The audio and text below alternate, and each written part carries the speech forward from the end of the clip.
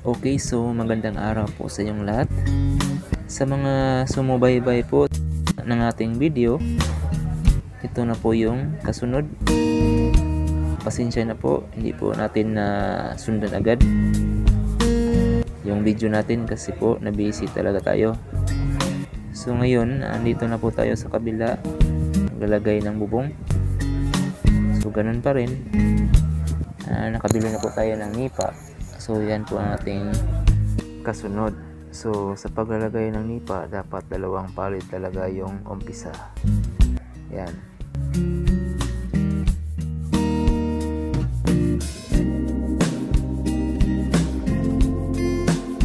At yung kasunod dyan, pwede na pong tag-isa-isa na lang. Yan, yung pangalawa. So hanggang matapos.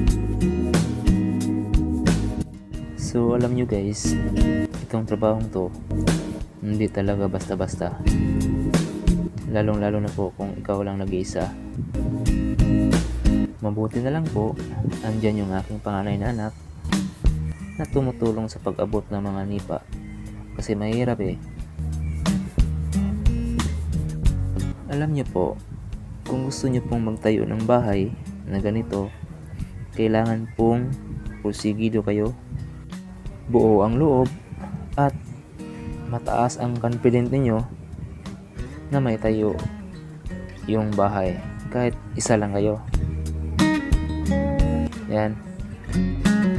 So sa mga may planong magtayo ng bahay dyan, observe lang po kayo. Siguradong maraming kayong matutunan dito. Yan. I-share ko po sa inyo dito yung aking kaalaman. Simple lang po to.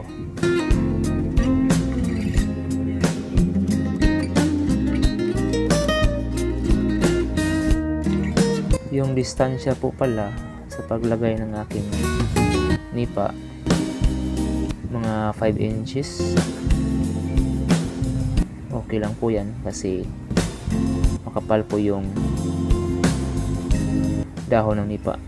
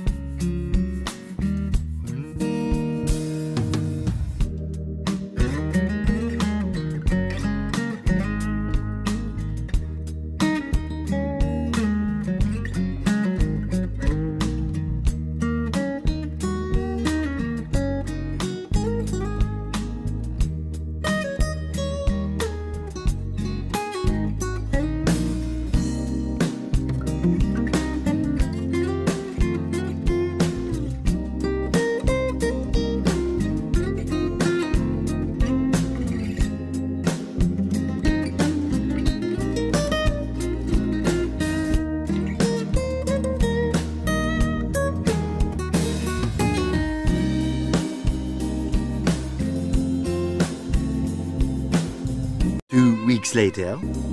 Okay guys, so yan. So makikita po natin na tapos na po yung pag-routing natin ng ipa. At makikita naman po natin na tapos na po yung pag-bridging. So ready na po yung pag-walling. Kaya inumpisahan na namin. Yung ginagamit namin dyan ay Hardflex 1/4 ang kapal. Hindi nyo lang po na itatanong ay ang Hardflex na yan ay mga defective po yan. Kaya mura lang at nakakatipid din kami. Kasi po kapag hindi po defective ang bibilihin namin ay sobrang mahal. 400 plus po yung isa. So naisip po namin dahil marami namang nagbibenta ng defective, kahit konti lang pong crack ay parides po na 150 lang po yung isa. So kaya sobrang nakasave po talaga kami. Yan. So nagumpisa po kami sa likuran ng bahay. At dito naman sa bandang gilid, dito po ang ilagay ko dyan na para walling ay yung mga hinahati na kawayan. Yan. So doon sa kabilang gilid Hardflex at dito sa likuran. So dito sa gilid mga hinahati na kawayan. Yan po. Okay.